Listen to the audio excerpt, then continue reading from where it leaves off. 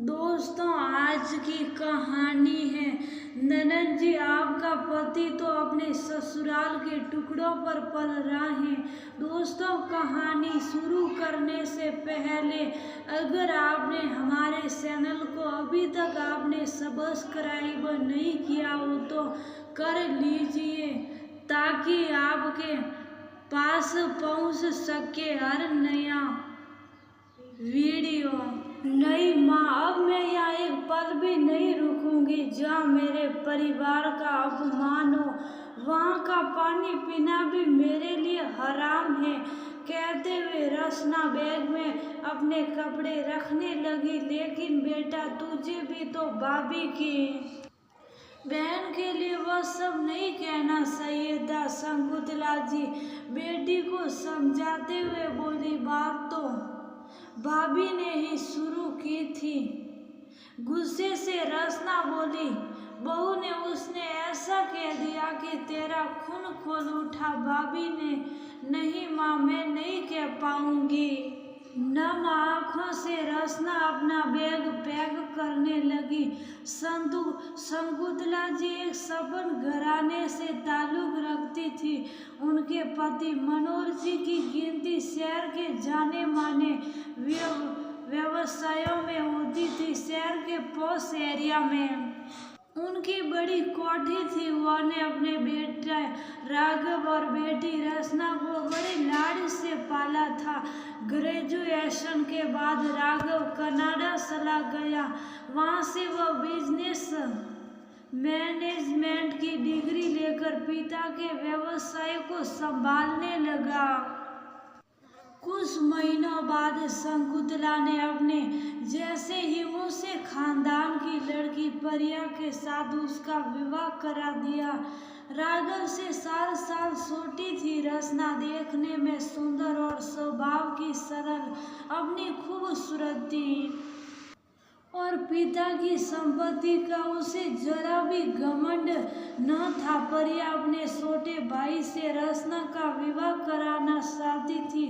रसना के BA final का परीक्षा होने के बाद परिया ने अपनी सास से रसना के साथ अपने भाई के विवाह की बात सुनाई। रसना के कानों तक ये बात पहुंची तो उसने मना कर दिया और अपनी पसंद के लड़के वेदांत से शादी कर ली, जो मुंबई के एक मल्टीनेशनल कंपनी में जॉब करता था।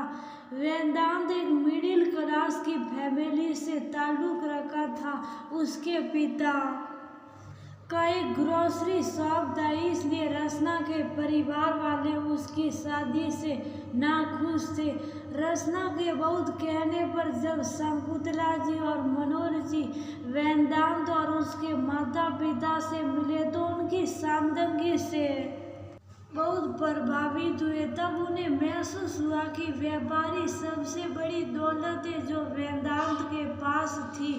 लेकिन ये बात परिया को पसंद नहीं आई। उसे लगा कि रसना ने उसके भाई से विवाह न करके उसका अपमान किया है। एक दिन रसना अपने पति के संग मायके आई हुई थी।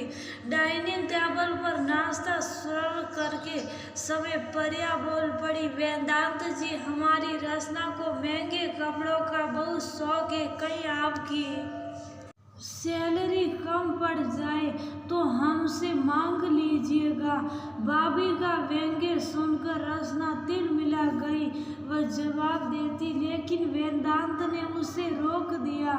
इसी तरह से परिया जब भी मौका मिलती रसना के सास ससुर के लिए भी अब शब्द बोलने में जरा भी नहीं हिचकिचाती थी।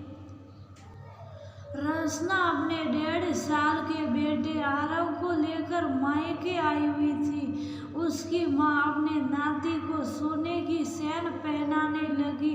पास में खड़ी परिया तपाक से बोल पड़ी, पहना दीजिए मम्मी जी। रसना के ससुराल वालों की इतनी औकात कहाँ। शकुंतला जी बोली, बहू, कपड़े गहने से किसी की औकात नहीं होती है। असली गहना अच्छा व्यवहार होता है जो इसके ससुराल में है।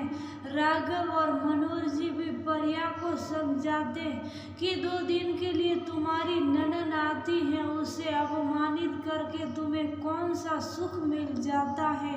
लेकिन परिया उनकी बातों को अनसुना कर देती।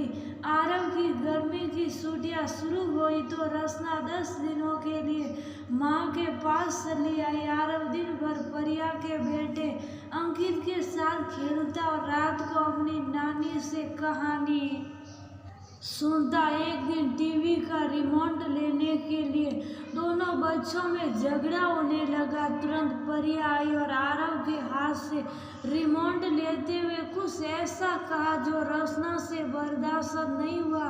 तब उसने भी कह दिया कि आपका बहनोई तो अपने ससुराल के टुकड़ों पर पधरा है। शकुंतला जी मंदिर गई हुई थी। आने पर उनके कानों में रसना के शब्द सुनाई पड़े जो उन्हें अच्छा नहीं लगा। बेटी को वापस जाने की तैयारी करते देख उन्होंने पूछ लिया।